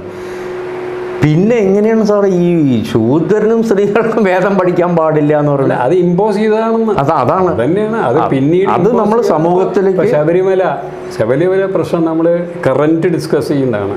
It is very clear that അത് അവരുടെ തേൻ അഭിഷേകമായിട്ടുള്ള ഒരു ദാറ്റ് ഈസ് ഇപ്പോൾ അവിടെ കാണുന്ന it is A result of Brahmanic hegemony. It is very very clear. അതിൽ നമ്മൾ കണ്ണടച്ചിട്ടൊന്നും കാര്യമില്ല. അപ്പോൾ എന്താ വെച്ചാൽ ഓരോ സമൂഹത്തിനും ഓരോ ആരാധനാ രീതികളും ഓരോ സിസ്റ്റം ഉണ്ടായിരുന്നു. അവരത് കൊണ്ട് നടന്നിരുന്നു. അതിനെ മൊണോപ്ലൈസ് ചെയ്യുക, നമ്മുടേതാക്കുക, എന്നിട്ട് സുപ്പീരിയോറിറ്റി കൽപ്പിക്കുക. അപ്പൊ തന്ത്രി എന്ന് പറഞ്ഞിട്ട് ആർക്കും തന്ത്രം പഠിക്കാം. അതെ, പഠിക്കുന്നവരുണ്ട്. അല്ല, പണ്ടില്ല, ഇപ്പൊ പഠിക്കാം. ഒരു കുറച്ചു കാലം മുമ്പ് പറവൂർ ശ്രീധരൻ തന്ത്രി ഉണ്ടായിരുന്നില്ല, എല്ലാ അദ്ദേഹത്തിനും അറിയാലോ. ഇപ്പൊ എന്താ വെച്ചാൽ അത് നിയമമായി. തിരുവിതാംകൂർ ദേവസ്വവും മലബാർ ദേവസ്വവും ആര് തന്ത്രം പഠിച്ചോ അവർ ഇന്റർവ്യൂവിൽ ക്ലിയർ ആയിട്ടാണെങ്കിൽ അവർക്ക് പൂജക്കാരനാവും, ഏത് പൂജക്കാരനെ പോലെ. ഇതാണ് നമ്മുടെ ഇപ്പൊ പുരോഗതി എന്ന് പറയുന്നത്. തമിഴ്നാട്ടിൽ സ്റ്റാലിൻ സ്ത്രീകൾക്ക് കൂടി പൂജയ്ക്ക് അവസരം കൊടുക്കണം. ആ 7 ദിവസം മാറി നോട്ടെ, പീരീഡ് പ്ലസ് 3 ദിവസം. എത്ര നല്ല ഐഡിയ, വെരി ഗുഡ് ഐഡിയ. അതാണ് നമുക്ക്. അത് ഈ ഓർത്തഡോക്സ് ചിന്താഗതിക്കാർക്ക് അത് സംശീകരിക്കാൻ ബുദ്ധിമുട്ടാണ്. അല്ല, അതിനാണ് നിയമം കൊണ്ടുവരേണ്ടത്. നിയമം വന്നാൽ പിന്നെ നിവൃത്തിയില്ല. നമ്മൾ വളരെ പുരോഗതിയാണ്. പിന്നെ ഇങ്ങനെ തന്നെയാണ് നമ്മൾ കാര്യങ്ങളിലേക്ക് മുന്നോട്ട് പോകേണ്ടത്. ഇപ്പൊ ഞാൻ കാണത്തോളം ഈ മനുഷ്യൻ തന്നെയാണ് ഇതിനൊക്കെ. ഇത്രയും നല്ല സുന്ദരമായ സത്യങ്ങൾ ഉൾക്കൊള്ളുന്ന ദർശന ശാസ്ത്രത്തെ അങ്ങനെ വികലമാക്കിയതും അതിൻ്റെ ഉള്ളിൽ പ്രവർത്തിച്ച മനുഷ്യർ തന്നെയാണ്. അതെന്താന്ന് വെച്ചാൽ അത് ഭാഗവതത്തിലെ അതിമനോഹരമായിട്ടൊരു സ്ഥലത്ത് പറയുന്നുണ്ട്. പ്രതീകാത്മകമായിട്ട് ബ്രഹ്മാവ് സൃഷ്ടിയിലിങ്ങനെ അത് നമ്മുടെ പഴയ രീതിയിൽ പറഞ്ഞാൽ മത്സ്യം പൂർവ്വം വരാം, ജലത്തിൽ മാത്രം ജീവിക്കുന്ന ജീവി, ഇതിലും പിന്നെ 4 കാല 2 കാല വാനരനെ സൃഷ്ടിച്ചിട്ട് നരനെ സൃഷ്ടിച്ച് ഒന്നിങ്ങനെ ബ്രഹ്മാവ് ഒന്ന് എവാലുവേറ്റ് ചെയ്തു, ഒന്ന് നോക്കി, ഒന്ന് അസസ് ചെയ്തു. സൃഷ്ടി നിർത്തിയെന്നാണ്. ബ്രഹ്മാവ് സൃഷ്ടി നിർത്തി പൂർണ്ണമായും. എന്താ വെച്ചാൽ ബ്രഹ്മാവലോകധിഷണം മുദമാപദേവ. ഈ മനുഷ്യന് മാത്രമേ വാനരൻ വരെയുള്ള സ്പീഷീസിനെ അപേക്ഷിച്ച് സെൻസസ് വരെയും ബുദ്ധി മനസ്സും അവർക്കുണ്ട്. പക്ഷേ ഇതിൻ്റെ ഈ റീക്യാപിറ്റുലേഷനും റീതിങ്കിങ്ങും അതുപോലെ ഇൻറ്റ്യൂട്ടീവ് എലിമെൻ്റ് അവർക്കില്ല. അതിൽ നിന്നാണ് കലാ, സാഹിത്യം, അധ്യാത്മമൊക്കെ വരുള്ളൂ. അപ്പോൾ ഈ മനുഷ്യനായ നമ്മൾ കുമാരനാശാൻ പറയുന്ന ഏഴാമത്തെ ഇന്ദ്രിയം, അതെ അതെ, പഞ്ചേന്ദ്രിയം മനസ്സാറ്, ഏഴാമത്തെ ഇൻറ്റ്യൂറ്റീവ് ആസ്പെക്റ്റ്. അത് തന്നെയല്ലേ സാർ, ഇപ്പൊ അവനവനെ അറിയാം, ഈശ്വരനെ അറിയാം. അതന്നെ, ഈ അവനവനെ ഈശ്വരനെ അറിയാം. ഈ സാധാരണ ലോകാതീതമായ സെൻസിറ്റിവിറ്റി ഗ്രാസ്പ് ചെയ്യാൻ പറ്റുക. അതിൽ നിന്ന് അപ്പോൾ മനുഷ്യന് വേണമെങ്കിൽ ഇത് ഡെവലപ്പ് ചെയ്താൽ എത്ര വേണമെങ്കിൽ വളരെ ഉയരാം. അതേമാതിരി അത് മനുഷ്യന് അസൂയ അതാ ഡെവലപ്പ് ചെയ്യണ വെച്ചാൽ. അപ്പോൾ ഇതുമാണ് ദൈവവും ചെകുത്താനും മനുഷ്യരിലുണ്ട്. ഈ നെഗറ്റീവ് പൾസസ് ഇമ്പൾസസ് ഡെവലപ്പ് ചെയ്താൽ മനുഷ്യൻ ഏറ്റവും അധമനാവാം, മറ്റത് ഏറ്റവും മുകളിലേക്ക് പോവാം. അപ്പോൾ സൃഷ്ടി നിർത്തി. കാരണം he has the Brahma has വേണമെങ്കിൽ പ്രവർത്തിക്കാം, മുന്നോട്ട് പോവാം. ഇതിപ്പോൾ പറഞ്ഞ മാതിരി ഈ ഡെമോക്രസി, ജനാധിപത്യം എത്ര നല്ല ദർശനമാണ്. അത് അബ്രഹാം ലിങ്കൺ നന്നായി ഡിഫൈൻ ചെയ്തു. Democracy, government by the people, of the people, for the people.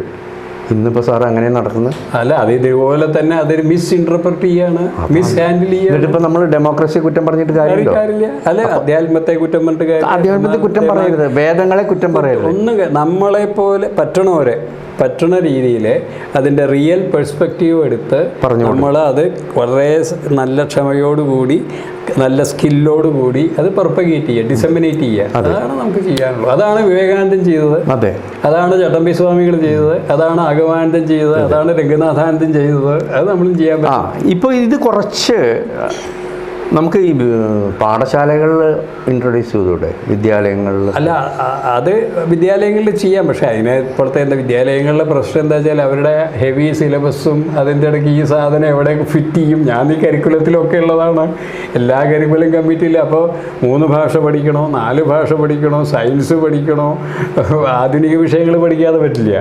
അപ്പോൾ where to fit, how to fit എന്നുള്ളത് ചലഞ്ചാണ്. പക്ഷേ അത് ശ്രമം നടക്കുന്നുണ്ട്. അത് ശ്രമിച്ച് നടത്തണം. ഇപ്പോൾ കമ്പൽസറി അല്ലെങ്കിലും വളണ്ടിയറി പഠിച്ചോട്ടെ. ഇപ്പം ഞാൻ പഠിക്കേണ്ട കാലത്ത് എന്താ പറയുക, കാർപ്പൻട്രി പഠിക്കാൻ കമ്പൽസറി അല്ലെങ്കിൽ ഹൈസ്കൂളുണ്ടായിരുന്നു. അതേമാതിരി ഒരു ഓപ്ഷൻ വെക്കേണ്ടതാണ്.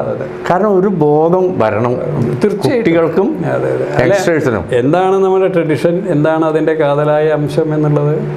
പിന്നെ സാറേ, ഈ വേദോപനിഷത്തിൻ്റെ കാതലായ ഭാഗം അല്ലെങ്കിൽ അതിൻ്റെ ശരിയായ ഭാഗം കുറച്ച് കുട്ടികളിലേക്ക് വരാൻ തുടങ്ങിയ എൻ്റെ ഒരു കാഴ്ചപ്പാടാണ്. അവരുടെ ഇന്നത്തെ പോക്ക് നിൽക്കും. അവർ നല്ലൊരു മനുഷ്യനായിത്തീരും. ഇനിയിപ്പോൾ ഈശ്വര സാക്ഷാത്കാരമൊന്നും കിട്ടിയില്ലെങ്കിലും അവരൊരു മനുഷ്യനായിട്ട് ജീവിക്കുന്ന എനിക്ക് ഒന്നുകിൽ അങ്ങനെ, അല്ലെങ്കിൽ കലകളെ തന്നെ ഇൻട്രൊഡ്യൂസ് ചെയ്താൽ മതി. കലകളൊക്കെ ഉണ്ടല്ലോ, ഈ ഒരു ആർട്ടിനുണ്ടല്ലോ, മനസ്സിനൊരു കോൺസെൻട്രേഷൻ. അപ്പോൾ ഏതെങ്കിലും തരത്തിൽ അതിപ്പോൾ കരിക്കുലത്തിൽ അത് പ്രൊമോട്ട് ചെയ്യുന്നുണ്ട്. സമയം കഴിഞ്ഞു. അതെ, അല്ല, വരുന്നുണ്ട് ആ ഐഡിയ. ഇപ്പോൾ കലാമണ്ഡലത്തിൽ ഞാൻ 3 കൊല്ലം ഉണ്ടായിരുന്നു.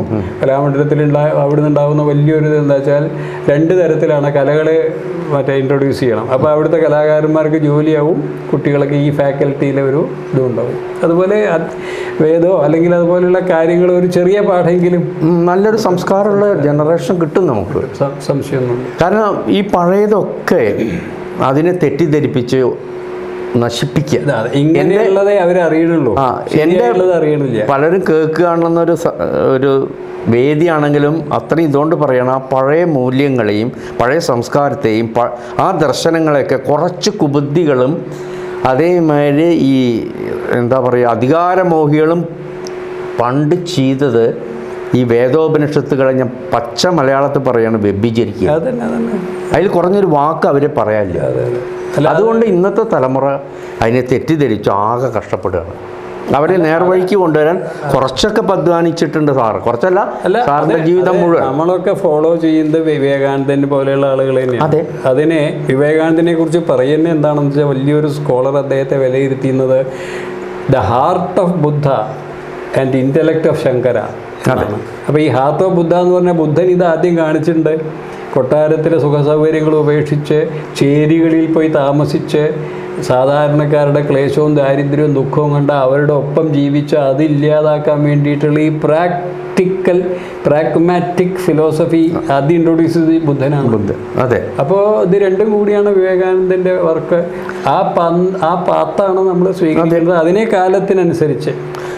പിന്നെ ബുദ്ധമതം ഒരു കാര്യം ചെയ്ത് അന്ന് ഹിന്ദുമതത്തിലുണ്ടായിരുന്ന എല്ലാ ദുരാചാരങ്ങളെയും അതെ അല്ല, ഇന്ത്യയുടെ ഏറ്റവും വലിയ കോൺട്രിബ്യൂഷൻ ഒരു നാഷണൽ റിലീജിയൻ ശങ്കര വേദാന്തം ആൻഡ് ഇന്റർനാഷണൽ റിലീജിയൻ ബുദ്ധിസം, ഇത് രണ്ടും ലോകത്തിന് സംഭാവന ചെയ്തത് ഇന്ത്യയല്ലേ? അതെ, വേറെ എവിടെയില്ലല്ലോ അങ്ങനത്തെ. വേറെ എവിടെയില്ല. പക്ഷെ നമ്മുടെ ഇപ്പം ശങ്കരാചാര്യർ ഈ വേദാന്തങ്ങൾ സമൂഹത്തിലേക്ക് വരാൻ വേണ്ടി 4 മഠങ്ങൾ സ്ഥാപിച്ചു. സാറിന് അറിയാലോ, ഓരോ മഠങ്ങളിലും ആ മഹാവാക്യങ്ങൾ എഴുതി വെക്കുകയും ചെയ്തു. പക്ഷെ അത് വേണ്ടത്ര പ്രവർത്തിക്കുന്നില്ല. അതാണ് വിവേകാനന്ദൻ്റെ ഫാമിലി ഒരു മാർക്സിസ്റ്റ് ഫാമിലിയാണ് ശരിക്കും. എന്നിട്ട് ബ്രദേഴ്സൊക്കെ വലിയ മാർക്സിസ്റ്റുകാരാണ്. ഇദ്ദേഹം ആ വിസ്ഫോടന ആ സ്വഭാവ തിങ്കിങ് അധ്യാത്മത്തിലേക്ക് എടുത്തു. അല്ല സത്യം, അത് അദ്ദേഹത്തിൻ്റെ അത് അധ്യാത്മത്തിന് അല്ലെങ്കിൽ ഫിലോസഫിക്ക് വന്നത് കൊണ്ട് വലിയൊരു സംഭാവന നമുക്കുണ്ടായി. മാർക്സിസ്റ്റ് അത് ഇപ്പം നേരത്തെ ഏതിൽ വായിച്ചില്ലേ, ആരുടെ അക്കിത്തത്തിൻ്റെ കൃത്യമായിട്ട് പറഞ്ഞിട്ടുണ്ട്. മാർക്സിസമൊക്കെ നമുക്ക് വളരെ ആവശ്യമാണ്. മാർക്സിസം ഉണ്ടായത് കൊണ്ടാണ് നമ്മൾ ഇന്ന് ഇത്രയും ഡെവലപ്പ് ചെയ്തത്. അതിൽ തെറ്റ് വരുമ്പോൾ തിരുത്തണം. പക്ഷെ അത് യഥാർത്ഥ മാർക്സിസം ആവണം. അതല്ലേ യഥാർത്ഥ അധ്യാത്മാവണ്ടേ?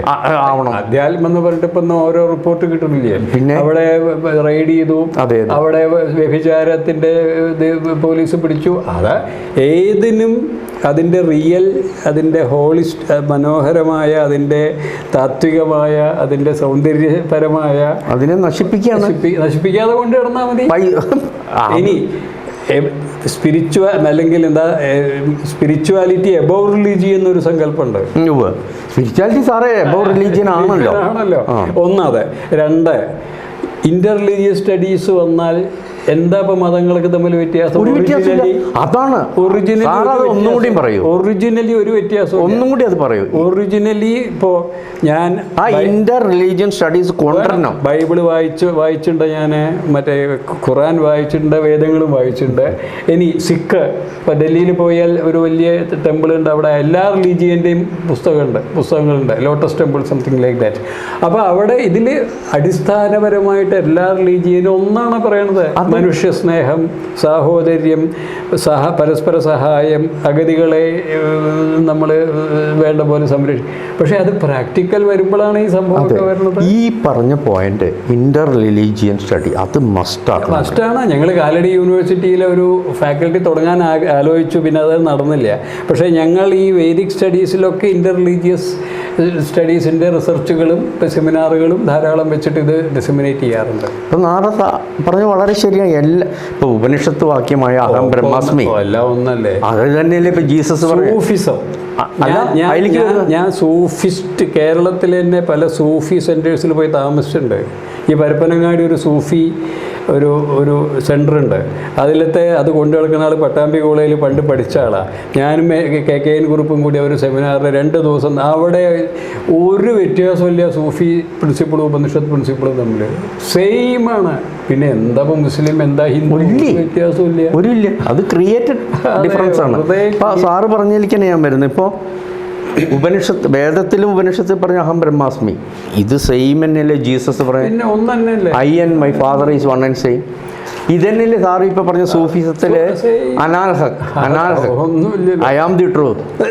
വളരെ കൃത്യമാണ്. I am the truth. ഇതിനെ നമ്മൾ മിസ്ഇൻറ്റർപ്രറ്റ് ചെയ്തിട്ടും അതിനെ നശിപ്പിച്ചിട്ടില്ല. നശിപ്പിക്കാത്ത നോക്കിയാൽ മതി, മുഴുവൻ പോവില്ല. അതാണ് സനാതന ധർമ്മം എന്ന് പറയുന്നത്. ഒരിക്കലും നശിക്കില്ല, ഒരിക്കലും മുഴുവൻ പോവില്ല. അതല്ലേ നമ്മുടെ ഗിഫ്റ്റ് അല്ലെങ്കിൽ സന്തോഷം. അതിനെ നമ്മൾ ആവശ്യമുള്ള സമയത്ത് നമ്മൾ അതിനെ കനലെ ഊതിക്കളഞ്ഞ് ചാര ഊതിക്കളഞ്ഞ് അതിനെ കനലാക്കി അതിനെ തെളിയിച്ച് അങ്ങോട്ട് വിട്ടുകൊടുക്കുക. ഇനിയിപ്പോൾ നമ്മുടെ ഡ്യൂട്ടി ആയിരിക്കണം. അതെ, അക്കിത്തം അദ്ദേഹത്തെ നമിച്ചുകൊണ്ട് തന്നെ നമുക്ക് ആ ഒരു കൂടി റെഫർ ചെയ്യണം. മാർഷ്യൻ അത് വളരെ ഉപകാരപ്രദമായൊരു തത്വശാസ്ത്രമാണ്. കാരണം എക്സ്പ്ലോയിറ്റേഷൻ അല്ലേ പ്രധാന വാക്ക്. ഇവിടെ എനിക്ക് തോന്നുന്നത് എന്താ പറയുക, മാർസിന് ഈ ഈശ്വരൻ അല്ലെങ്കിൽ ആ ബ്രഹ്മം അല്ലെങ്കിൽ പരമബോധത്തിനോടൊരു വെറുപ്പ് വരാൻ കാരണം അന്ന് ഇൻഡസ്ട്രിയൽ റവല്യൂഷന് ശേഷം ഒരു നേരത്തെ കഞ്ഞി കിട്ടാൻ പാടുപെടുമ്പോൾ ക്രിസ്ത്യൻ പാതിരിമാരെ കുടിച്ച് കൂത്താടി കാണുമ്പോൾ ഇതാണ് ശരിയായ മാർക്സ് കണ്ട ദർശനം. അപ്പം അദ്ദേഹം അത്രയും മനുഷ്യസ്നേഹിയായതുകൊണ്ട് പറഞ്ഞു ഡിത്രോൺ ഗോഡ്. അതെന്താ വേറൊരു കാരണം എന്താ വെച്ചാൽ, ഇപ്പം ഞാനിതിൽ മുഴുവൻ പലതിലും പ്രവർത്തിക്കുന്ന ആളാണ്. നമ്മൾ ഇത്തരം റിലീജിയസ് ഇതിലേക്ക് പ്രവർത്തിക്കുമ്പോൾ അറിഞ്ഞോ അറിയാതോ പെട്ടെന്ന് അത് ഫെനറ്റിസിസത്തിലേക്ക് പോവുകയാണ്. അതെ, അപ്പൊ അതാണ് മാസ് ഓപ്പിയം എന്ന് പറഞ്ഞത്. Opium religion is the opium of the mass എന്ന് പറഞ്ഞത് ലഹരിയാണ്. എവിടെയാ ഇത് വിട്ടു പോവാന്നറിയില്ല. അപ്പൊ ഒരു സ്ഥലത്ത് മറ്റേ ഞങ്ങളുടെ അവിടെ ഒരു പാമ്പും കാവല് നല്ലൊരു കൂട്ടായ്മ.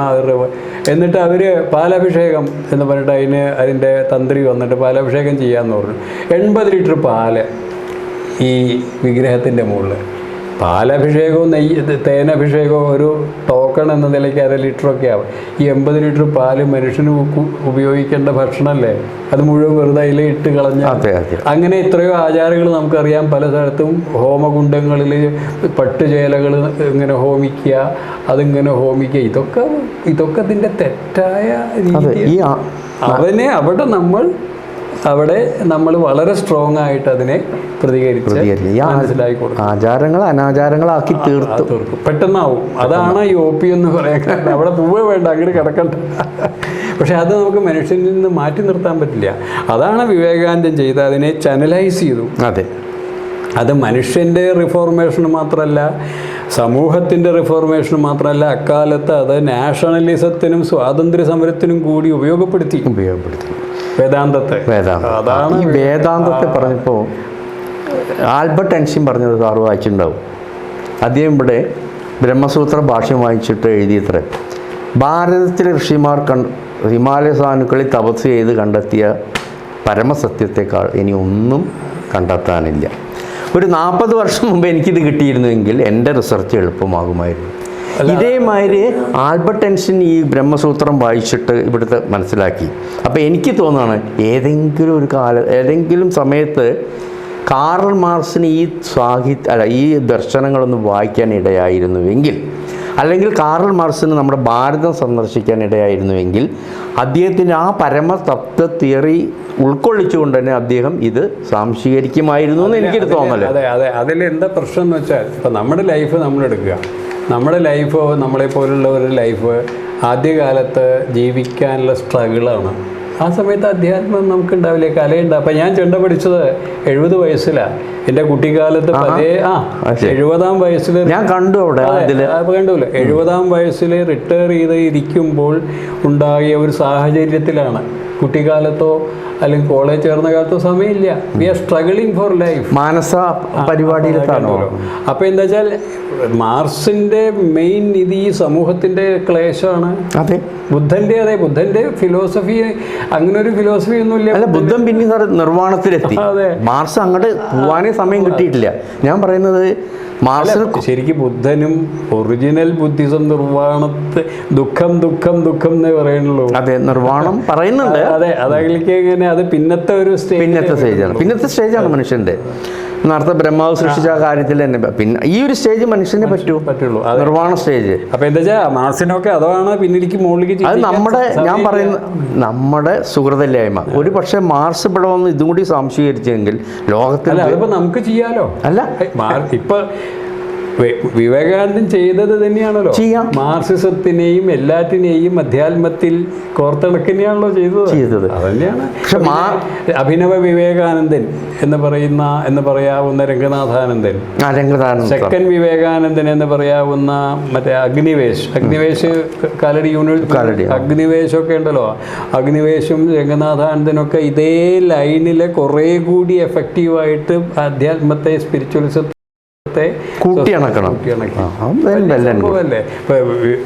മറ്റേ രംഗനാഥാന്റെ eternal values of a changing society, മാറുന്ന സമൂഹത്തിന്റെ ശാശ്വത മൂല്യങ്ങൾ എന്ന 3 വോള്യം ഉണ്ടല്ലോ, എന്നിരുന്ന് വായിക്കേണ്ടതാണ്. അതെയല്ലേ. അപ്പോൾ ഈ സമയത്ത് നമ്മൾ ദയാനന്ദ സരസ്വതിയുടെ വാക്കൊന്ന് ഓർക്കുക, ഗോ ബാക്ക് ടു വേദാസ്. ഒരു തെറ്റും. ഗോ ബാക്ക് ടു വേദ എന്ന് വെച്ചാൽ അങ്ങനല്ല, വിവേകാനന്ദന്റെ വേദം.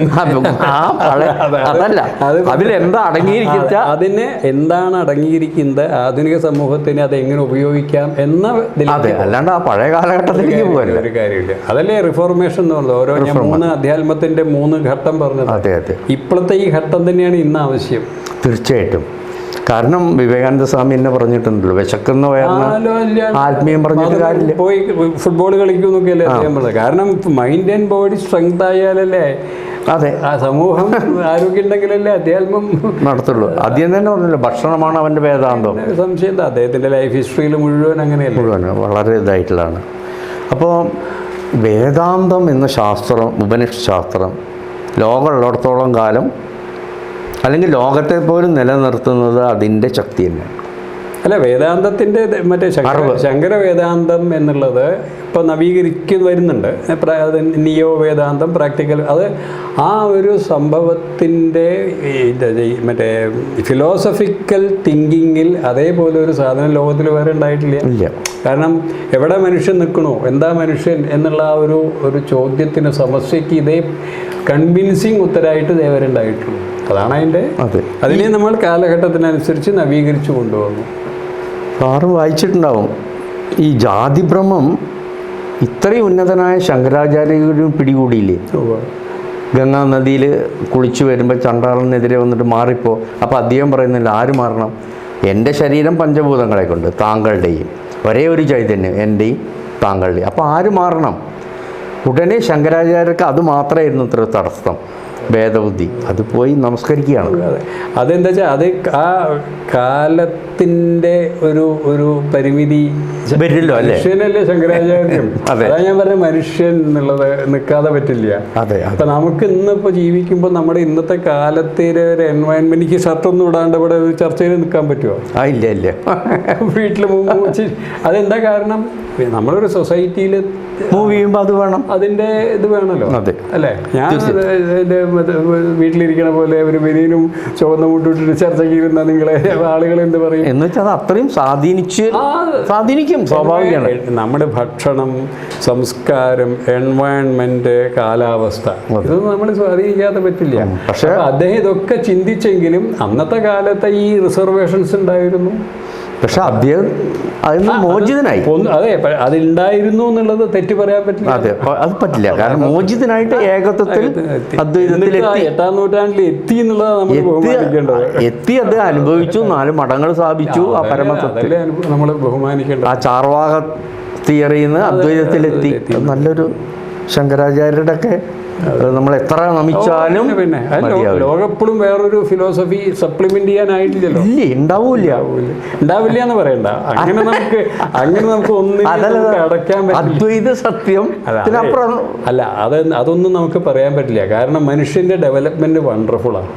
നമ്മൾ വിചാരിക്കണ പോലെയല്ല. ഇപ്പം നമ്മൾ 50 കൊല്ലം മുമ്പേ നമ്മുടെ ഒരു കുട്ടിയായിരുന്ന കാലത്തുള്ള ഒരു കുട്ടിത്തത്തിൻ്റെയും ഇന്നത്തെ കുട്ടിത്തത്തിൻ്റെയും തമ്മിലൊന്ന് താരതമ്യം ചെയ്തോ, അന്നത്തെ 10 ഇരട്ടി കപ്പാസിറ്റിയും നോളേജും ഉണ്ട്. അതുകൊണ്ട് ഒരു 50 കൊല്ലം കഴിയുമ്പോൾ മനുഷ്യന്റെ ചിന്ത എങ്ങനെയാണ്, ഒരു പുതിയ ഫിലോസഫി വരില്ല എന്നും പറയാം. ഫിലോസഫി വരും, പക്ഷെ ഇതില് ബേസ് തന്നെയാവും. അതൊന്നും ഉറപ്പിക്കണ്ട. അതാണ് നമ്മൾ പറയേണ്ടത്. നമ്മൾ ഒന്നിനെ അടയ്ക്കാൻ പറ്റില്ല, ക്ലോസ് ചെയ്യേണ്ട ഒരു കാര്യമില്ല. Open it. കാരണം ചിലപ്പോൾ ഇതിലും വലിയ ഫിലോസഫിയാവും വരിക. കലയിൽ കലാമണ്ഡലൻ രാമൂട്ടിയാർ അല്ലെങ്കിൽ മമ്മൂട്ടി, മോഹൻലാൽ കഴിഞ്ഞാൽ ആരുമില്ല, ഒന്നുമില്ല. ഇനി വരും. അപ്പൊ അതുപോലെ തന്നെയാണ് ഇതിലും ഫിലോസഫി. അല്ല, ഞാൻ ഈ സയൻസ് H2O വെള്ളം അതിൻ്റെ വേറെ വെള്ളം ആക്കാൻ പറ്റില്ലല്ലോ. അതില്ല. പക്ഷേ ഫിലോസഫിയിൽ ശങ്കര വേദാന്തത്തെ സപ്ലിമെന്റ് ചെയ്യുന്നൊരു ഇത് വരില്ല എന്നൊന്നും നമുക്ക് ഇന്ന്. പക്ഷെ ഞാൻ അതിന് സാറിനോട് വിയോജിക്കുകയാണ്. കാരണം ശങ്കര വേദാന്തത്തെ ഒരു കാലത്തും ഉപയോഗിക്കാൻ പറ്റില്ല. കാരണം അത് യോജിക്കല്ല, ഞാൻ യോജിക്കണു. അതിന്റെ അപ്പുറത്തൊന്നും വരില്ല, അതിന്റെ അപ്പുറം വരില്ല, ആണ് ഇടാൻ പറ്റില്ല. അതെന്താ അറിയോ? അത് നൺ ഡുവൽ ട്രൂത്ത് ആണ്, അദ്വൈതാണ്. അല്ല, അതൊക്കെ ശരി. അതാ നമ്മള് ഒന്നും ക്ലോസ് ചെയ്യേണ്ടതാണ്. Open the door to further future. അപ്പോൾ സാറ് മന്ത്രമൊക്കെ അറിയില്ലേ? ഞാൻ വേദം പഠിച്ചിട്ടില്ല അടിസ്ഥാനമായിട്ടേ. കാരണം അന്നത്തെ കാലത്ത് അച്ഛൻ വേദം പഠിപ്പിക്കാൻ അവിടെ കൊണ്ടുപോയാൽ ഈ ആധുനിക വിദ്യാഭ്യാസം ഒന്നും ഉണ്ടാവില്ല, ഞാൻ ഇവിടെ ഒന്നും എത്തില്ല. അതുകൊണ്ട് ട്രഡീഷണലി വേദം പഠിച്ചിട്ടില്ല. അല്ല, സാധാരണ ഒരു മന്ത്രമൊക്കെ ചൊല്ലിക്കൂടെ? അല്ല, അഗ്നിവീളെ പുരോഹിതം യജ്ഞസ്യ ദേവമൃത്യുജം ഹോതാരം രത്നധാതമം മന്ത്രങ്ങളൊക്കെ അറിയാം, പക്ഷെ സ്വരത്തിൽ പറ്റില്ല. സൂര്യഗായത്രി മന്ത്രമൊക്കെ ആ അഗ്നിവീളെ പുരോഹിതം യജ്ഞസ്യ അല്ല സൂര്യ തൽ ഓം ഓം ഭൂർഭുവസ്വ തൽ സവിതുർവരേണ്യം ഭർഗോ ദേവസ്യ ധീമഹി ധിയോ യോ ന പ്രചോദയാ. പക്ഷെ അത് സ്വരത്തിൽ ചെല്ലുമ്പോഴേ വേദാവുള്ളൂ. അല്ല, അത് വേണ്ട, അതൊക്കെ ഇഷ്ടം പോലെ. അതേമാതിരി ഭദ്രം കർണേഭി ശൃണുയാമദേവ ഭദ്രമാക്ഷഭിര്യജത്ര സ്ഥിരൈരംഗൈ തുഷ്ടുവാംസസ്തനൂഭിർ വ്യശേമ ദേവഹിതം യദായോ. മന്ത്രങ്ങളൊക്കെ ഇഷ്ടം പോലെ അറിയാം. ശാന്തി മന്ത്രം ഒന്ന് ചൊല്ലിക്കൂടുക. ഓം എന്താ ഉപനിഷത്തിലെ അസതോമ സദ്ഗമയ തമസോമ ജ്യോതിർഗമയ മൃത്യോർമ അമൃതംഗമയ.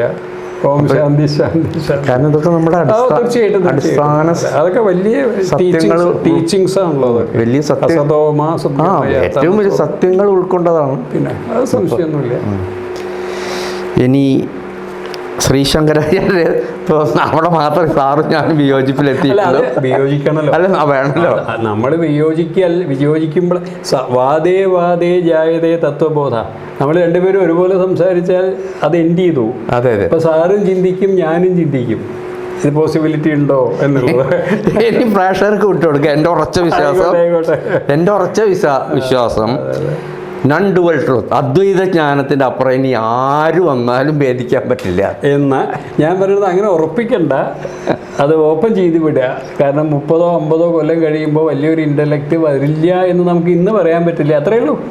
പക്ഷെ ഏത് ഇൻ്റലക്റ്റ് വന്നാലും അദ്വൈത സത്യത്തിൻ്റെ അപ്പുറം പോകാൻ പറ്റില്ല. നിൽക്കട്ടെ, 2 തരത്തിൽ അവിടെ നിൽക്കട്ടെ, അത് നല്ലതാണ്. അതെ. അപ്പോൾ എന്തായാലും ഓക്കെ, സന്തോഷം.